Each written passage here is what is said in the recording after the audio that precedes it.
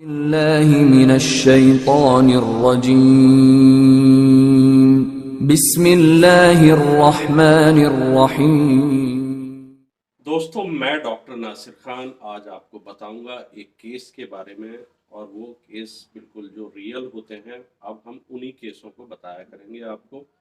जिस चीज़ के बारे में आपको स्टडी की हुई है उन केसों का जिक्र करेंगे, लेकिन हम उस केस का जो है आपको ना नाम बताएंगे ना ही पता बताएंगे, क्योंकि ये आइडेंटिफिकेशन देना ज़रूरी नहीं होता है और ये इथिक्स के खिलाफ होता है।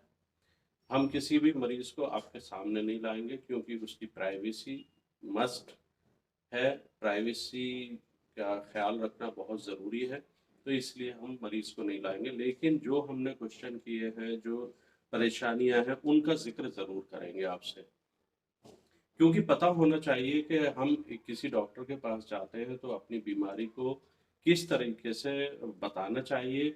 मेरे पास बहुत सारे लोग आते हैं यूट्यूब के ज़रिए और क्लिनिक पर भी विज़िट करते हैं, और उनके क्वेश्चन भी बहुत अटपटे होते हैं। तो उन क्वेश्चंस के हम कैसे डायग्नोज करें, डिफरेंशियल डायग्नोज कैसे करें, डायग्नोज करने का तरीका क्या है, इन्वेस्टिगेशन करवानी चाहिए नहीं करवानी चाहिए, और बहुत सारी चीज़ें, उन सब चीज़ों के बारे में बताएंगे। अब हमारे पास एक मरीज आते हैं, मरीज का नाम ABCD है। उनकी एज जो है वो है 35 साल। अब उन्हें जो समस्या है वो प्रीमेच्योर इजैकुलेशन की है, और उनके साथ साथ टाइमिंग की प्रॉब्लम है। और वो जो उन्होंने जो बताया है, हम किस तरह से हम इस समस्या को दूर करेंगे, क्योंकि उन्होंने बताया कि मैं संबंध बनाते वक्त जो है जल्दी घबरा जाता हूँ, परेशान हो जाता हूँ। तो हमारे क्वेश्चन क्या क्या होंगे उनके लिए, ये मैंने, देखिए, मैं स्क्रिप्ट नहीं बात करता हूँ, मैंने कोई लिखा हुआ नहीं है, डायरेक्ट, और डायरेक्ट मैं आपसे बात कर रहा हूँ इस टाइम में। तो जब हमारे पास मरीज़ आया तो मरीज़ से हम पहले सबसे पहले पूछते हैं कि आपकी एज क्या है। तो एज तो उन्होंने बता दी। अब मेल है फीमेल है, वो मेल है, क्योंकि मेल की ये समस्या होती है, फीमेल में ये समस्या नहीं होती है। अब हम उनसे हिस्ट्री लेते हैं। पहले हिस्ट्री लेंगे हम कि आपको कोई परेशानी है, तो परेशानी उन्होंने बता दी।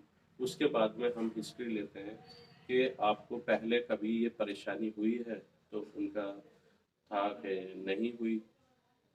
उसके बाद में हम उनका ब्लड प्रेशर की हिस्ट्री पूछते हैं कि बीपी आपका क्या है। तो हमने बीपी चेक किया, बीपी जो है उनका 130/90 था। उसके बाद में हमने उसमें उनसे पूछा कि किसी तरह की कोई दवाई तो नहीं लेते ब्लड प्रेशर की। उनके ज़रिए बताया गया कि बिल्कुल नहीं लेते हम किसी भी तरह की दवाई ब्लड प्रेशर की, ना ही मेरा बीपी बढ़ा हुआ रहता है, ना ही ये कभी घटता है, इतना ही रहता है। तो एक ये नॉर्मल बीपी है 130/90। अभी हम इसमें किसी भी तरह की दवाई देना मुनासिब नहीं समझते। अब इसके बाद में हमने उनसे किसी चोट के बारे में पूछा है कि भाई आपके कोई चोट तो नहीं लगी है, किसी किसी तरह का आपको जो है कई बार साइकिल चलाते हुए गिर जाते हैं, या किसी तरह का कोई ऑपरेशन तो नहीं हुआ है आपका। तो उनके ज़रिए बताया गया कि मैं ना ही गिरा हुआ हूँ, ना ही चोट लगी है किसी तरह की, ना ही मेरा कोई ऑपरेशन हुआ है। तो ये हो गई उनकी ब्लड प्रेशर की हिस्ट्री। अब उसके बाद में हम आते हैं डायबिटीज़ के बारे में, शुगर की बीमारी, डायबिटीज़ की बारे बीमारी। तो डायबिटीज़ की अगर किसी को बीमारी होती है, तो हमने उनसे पूछा कि भाई डायबिटीज़ तो नहीं है, शुगर की आपको कोई दवाई तो नहीं खाते। तो उनके ज़रिए बताया गया कि नहीं, मैं नहीं खाता हूँ किसी भी तरह की डायबिटीज़ की दवाई। तो ये क्वेश्चन क्लियर हो गया कि डायबिटीज़ के नहीं। अब हमने उनसे पूछा कि आपने कोई इन्वेस्टिगेशन करवाई है या हम करवाएं। तो उन्होंने कहा कि मैंने कोई इन्वेस्टिगेशन नहीं करवाई है, लेकिन डायबिटीज़ की जांच करवाई थी, वो नॉर्मल है। तो ये भी क्लियर हो गया कि उन्हें डायबिटीज़ नहीं है। इसका मतलब उनकी परेशानी जो है उसकी तरफ हम बढ़ रहे हैं स्टेप बाय स्टेप। ये जो है हर एक डॉक्टर को पूछना चाहिए। हम क्या करते हैं कि यूट्यूब के लिए वीडियो बनाने के लिए 2-4 मिनट की वीडियो बना रहे हैं, उसमें जो है बस डायरेक्ट आए और दवाई का नाम बताया, ये नुस्खा है, ये है। लेकिन ये नहीं पता, कई बार जो क्वेश्चंस आते हैं उनके यूट्यूब पर लिखकर, जो हम कहते हैं कि कमेंट्स लिखो, कमेंट्स में वो कहते हैं कि मुझे तो ये समस्या है, डायबिटीज़ है, इतने साल से है, ब्लड प्रेशर है, इतना रहता है, क्या मैं खा लूँ? तो हम वो बताते ही नहीं है, ना तो कोई हकीम बताता है, ना कोई आयुर्वेदाचार्य बताता है, इस तरह से। हम बता रहे हैं स्टेप बाय स्टेप। अब हमने जो है वो डायबिटीज़ के बारे में पूछ लिया, उसके बाद में क्या आपको गैस वगैरह बनती है? अब हम आए उसके पेट के बारे में। पेट की हिस्ट्री लेना बहुत ज़रूरी होता है, क्योंकि अगर इंडाइजेशन है, आपकी कोई समस्या है पेट की, तो किसी तरह का कोई पेट का ऑपरेशन हुआ हुआ है, तो पूछना ज़रूरी होता है। ख़ास तौर पे इन बीमारियों में तो पूछना ही चाहिए, और अगर कोई दवाई लेना चाहता है, तो उसे बताना भी चाहिए। तो उनसे हमने पूछा, भी इंडाइजेशन की कोई समस्या है, आप जो है किसी तरह की गैस बनती है पेट में, या खट्टी डकारें आती हैं, या पच नहीं पाता है खाना, तो उन्होंने कहा कि हाँ, मुझे इंडाइजेशन की समस्या है, क्योंकि मेरा काम बैठने का है, एक वर्क का आ गया। तो ये एक जो है पहले पेट का हो गया। अब हमने जो है, अब आएंगे हम urinary system, kidney, urinary system, इसके बारे में भी पूछना ज़रूरी है। तो कोई स्टोन तो नहीं है आपके, स्टोन की कोई दवाई तो नहीं खाई आपने, किसी तरह का आपको पहले गोनोरिया, सिफिलिस या एसटीडी डिजीज़ तो नहीं रही है, या पहले आप जो है ना मैस्टरबेशन तो नहीं करते थे, क्योंकि बहुत सारे बच्चे छोटी उम्र में मैस्टरबेशन करने लगते हैं। तो उसकी वजह से भी कई बार जो है, जब वो बड़े हो जाते हैं, उनकी मैरिड लाइफ शुरू होती है, या जो भी इस तरह की एक्टिविटीज़ में इन्वॉल्व होना चाहते हैं, तो उसके बाद वो समस्या आती है। तो हमारा क्वेश्चन है कि भई आप इसमें इन्वॉल्व तो नहीं है, किसी तरह का कोई ऑपरेशन तो नहीं है आपका? आपका कई बार क्या होता है कि किडनी के ऑपरेशन हुए हुए होते हैं, या कई बार हाइड्रोसील का ऑपरेशन हुआ है, हाइड्रोसील हो गया है, वो बताते नहीं है, लेकिन वो समस्या बताते हैं कि प्रीमेच्योर इजैकुलेशन है या दूसरी चीज़ें हैं। तो इस समस्या को भी पूछना चाहिए। ये बहुत बड़ी समस्या है, इसे पूछे बगैर जो है आप आगे नहीं बढ़ सकते। अगर किसी को हाइड्रोसील की समस्या है, वेरिकोसील की समस्या है, तो क्या होगा कि आप कितनी दवाई खिलाते रहना, वो उस तरह से सक्सेसफुल होगा ही नहीं। तो ये हिस्ट्री पूछना भी बहुत ज़रूरी है।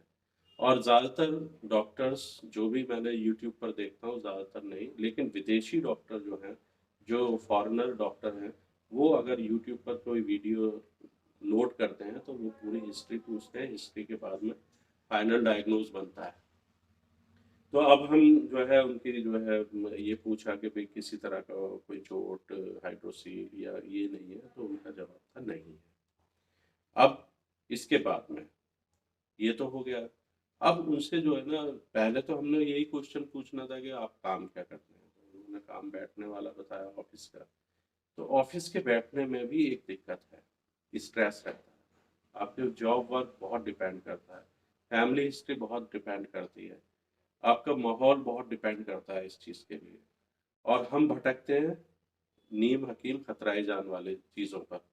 जाएँगे हम सेक्सोलॉजिस्ट के पास, सेक्सोलॉजिस्ट के पास भी जाकर हम वही क्वेश्चन, अरे जी मुझे तो ये नहीं होता, बस इतना ही क्वेश्चन उन्होंने देना है जवाब, ज़्यादा बात नहीं करनी, कोई काउंसलिंग नहीं करनी, कोई पास्ट हिस्ट्री नहीं लेनी, और प्रेज़ेंट हिस्ट्री नहीं लेनी, बस दवाई बना के नुस्खा दे देना है, और जितना भी उनसे पैसा लेना है वो ले लिया।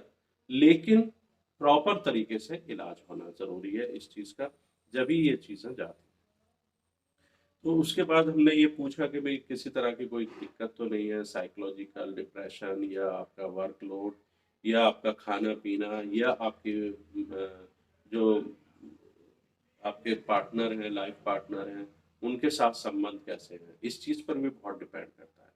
आपका जो माहौल है, आपका उस टाइम का जो प्लीज़ेंट माहौल होना चाहिए, वो माहौल आपका कमरे का नहीं मिल पाता है, वहाँ दूसरी चीज़ें आ जाती हैं, जब भी आपको ये समस्या हो जाएगी। तो कई बार क्या होता है कि दवाइयाँ कम रोल अदा करती हैं, दूसरी काउंसलिंग बहुत ज़्यादा रोल अहम अदा करती है।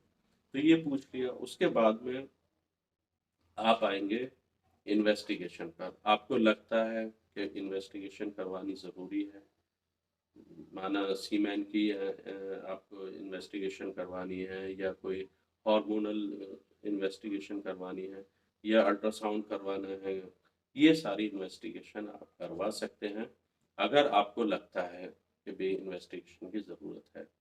आपको कभी लाइफ में टीबी तो नहीं हुई है, या आपको कोई ऐसी कॉम्प्लिकेटेड डिजीज़ तो नहीं रही है, तो वो हिस्ट्री में पूछना ज़रूरी होता है। लेकिन बहुत सारे डॉक्टर साहिबान नहीं पूछते हैं, वो अलग चीज़ है, वो उनका तरीका है। हम तो पूछते हैं यहाँ। तो उसके बाद में हम आए, इन्वेस्टिगेशन करवा ली, इन्वेस्टिगेशन भी नॉर्मल निकली। अब हम आते हैं ट्रीटमेंट पे, वे ऑफ ट्रीटमेंट, कि हम इलाज कैसे करें।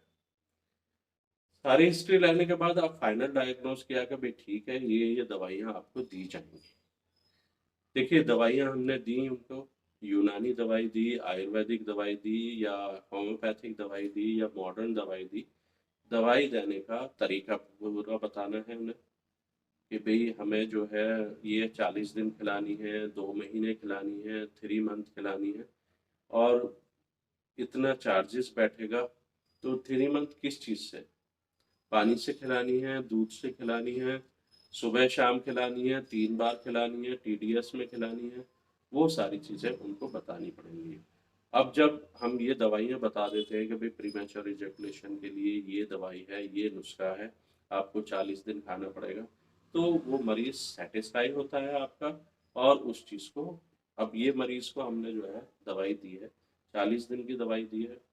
40 दिन में दूध के साथ बताई है, सुबह-शाम 1-1 गोली, कुछ माजून बताए हैं, जो माजून है वो खाए जाएँगे दूध के साथ, और उसके साथ-साथ जो है उन्हें परहेज़ बताया है। परहेज़ बताने के लिए जो है अ, ये है कि भई आप खट्टी चीज़ें मत खाइएगा, तली हुई चीज़ें मत खाइएगा, ब्रेड पकौड़े, समोसे, चाउमीन, ऐसी चीज़ें मत खाइएगा, डिप्रेशन में मत रहिएगा।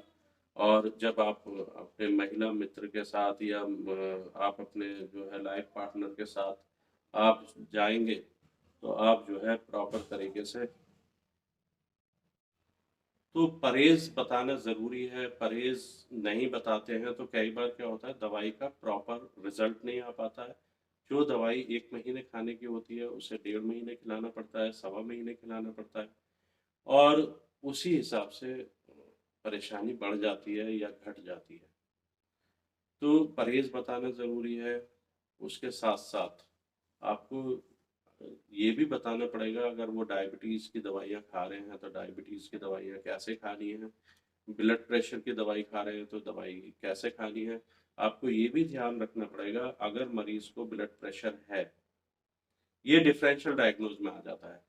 एक तो डायग्नोज़ हमने किया कि भई ये दवाई हमने दे दी 40 दिन की, उसके बाद में डिफरेंशियल डायग्नोज़ में हम ये कर सकते हैं कि भई दूसरा मॉडर्न मेडिसिन में क्या-क्या किया जा सकता है। उस चीज़ के बारे में सोच सकते हैं। तो डिफरेंशियल डायग्नोज़ ऐसा होता है जिससे कि आपको ये है कि दूसरी पैथी में भी आप इलाज कर सकते हैं उस चीज़ का, और आप उससे दूसरे दवाइयों से, दूसरी चीज़ों से कंपेयर कर सकते हैं। अगर उस मरीज़ को, मैं एक जनरल चीज़ बता रहा हूँ आपको, अगर उस मरीज़ को, जो जिसके बारे में हमने अभी बात की है, अगर उस मरीज़ को डायबिटीज़ है, ब्लड प्रेशर है, तो आप उसी ढंग से दवाई दीजिएगा। ब्लड प्रेशर के हिसाब से, डायबिटीज़ के हिसाब से, कोई ऐसी दवाई ना चली जाए जिससे उसकी डायबिटीज़ बढ़ जाए। डायबिटीज़, क्योंकि न्यूरोपैथी, डायबिटिक न्यूरोपैथी हो जाती है। जो डायबिटिक न्यूरोपैथी होती है वो खतरनाक होती है, उसकी वजह से भी कई बार इस तरह की बीमारियाँ पैदा हो जाती हैं। तो दोस्तों, इस तरह के केसेस मैं चाहता हूँ कि ज़रा मेरी वीडियो लंबी मिलेंगी आपको, लेकिन आपको ये सोचना पड़ेगा कि आप किसी डॉक्टर के पास जाते हैं, तो उन्हें पूरी बात बताइएगा। ऐसे नहीं है कि भई मुझे जो है डॉक्टर साहब जल्दी हो जाता है और दवाई चाहिए, ये मत कीजिए। उन्हें सारी चीज़ें बताइएगा, ऐज बताइएगा, सब कुछ बताइएगा उन्हें, खुलकर काउंसलिंग कीजिए चाहे आपका 1 घंटा लग जाए डॉक्टर के पास, लेकिन उन्हें बताइएगा ज़रूर। जब आप सैटिस्फाई हो जाएँ डॉक्टर से भी और डॉक्टर आपसे, उसके बाद ट्रीटमेंट की बात कीजिएगा।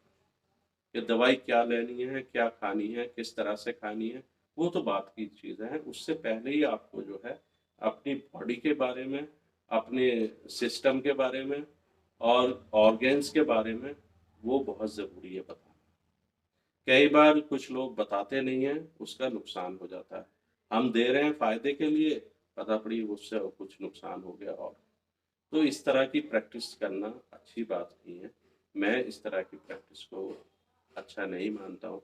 बहुत सारे लोग करते होंगे कि भई इधर मरीज़ हो सकता है उनके पास ज़्यादा मरीज़ होते हों, मेरे पास तो एक लिमिटेड मरीज़ हैं और मैं चाहता हूँ कि वो ठीक होकर जाएँ। लिमिटेड मरीज़ आएँ, लेकिन ठीक होकर जाएँ। वो 4 से और कहते हैं और इसी तरह से नेम एंड फेम फैलता है। ठीक करना, ना करना, दवाई देना, ना देना, वो सब अल्लाह के हाथ में है कि किसको दवाई की ज़रूरत है। हम एक ज़रिया-ए-माश हैं जो हमने पढ़ाई की है, आयुर्वेद में, यूनानी में, होम्योपैथिक में, जो डिग्री की हुई है, उसके हिसाब से आपको जानकारी देते हैं और ये जानकारी जो है आप कहीं पे भी किसी भी किताब में आप देख सकते हैं, कोई चीज़ आपको गलत नहीं बताता हूँ। मेरी वीडियो लंबी हो सकती है, अगर आपने मेरे चैनल को जो है सब्सक्राइब नहीं किया है, तो सब्सक्राइब ज़रूर कीजिएगा। बेल आइकन को ज़रूर दबाइएगा जिससे कि आपके पास नोटिफ़िकेशन टाइम टू टाइम पहुँचता रहे। मैं इसी तरह से आपकी खिदमत करता रहूँगा, नई-नई वीडियो डालता रहूँगा, लेकिन इसका जो है यूट्यूब जो है, इसको मोनेटाइज़ नहीं करेगा चैनल, वो मेरे मोनेटाइज़ नहीं करेगा इस वीडियो को, क्योंकि इसमें कुछ वर्ड ऐसे इस्तेमाल किए हैं, जिनसे ये मोनेटाइज़ की कैटेगरी पे नहीं आती है। तो दोस्तों, इसकी जो है इस तरह की चीज़ों के लिए आप किस तरह से मेरी मदद कर सकते हैं, तो ये भी मैं बता देता हूँ। अमेज़न के लिंक जो मैं देता हूँ, उन पर जाकर आप अपने प्रोडक्ट खरीद सकते हैं और इस चैनल की मदद कर सकते हैं। और इसी तरह से खैर-ओ-बरकत सभी के यहाँ होती रहे, अच्छी बात है और सब अपनी सेहत का ख़्याल रखें। कमेंट्स बॉक्स में ज़रूर लिखें कि आप किस तरह की वीडियोज़ देखना चाहते हैं। टॉपिक भी आप बता सकते हैं, उसी के ऊपर मैं जो है, जो केस हिस्ट्री है, वो बताऊँगा ज़रूर। जय हिंद, अस्सलाम वालेकुम।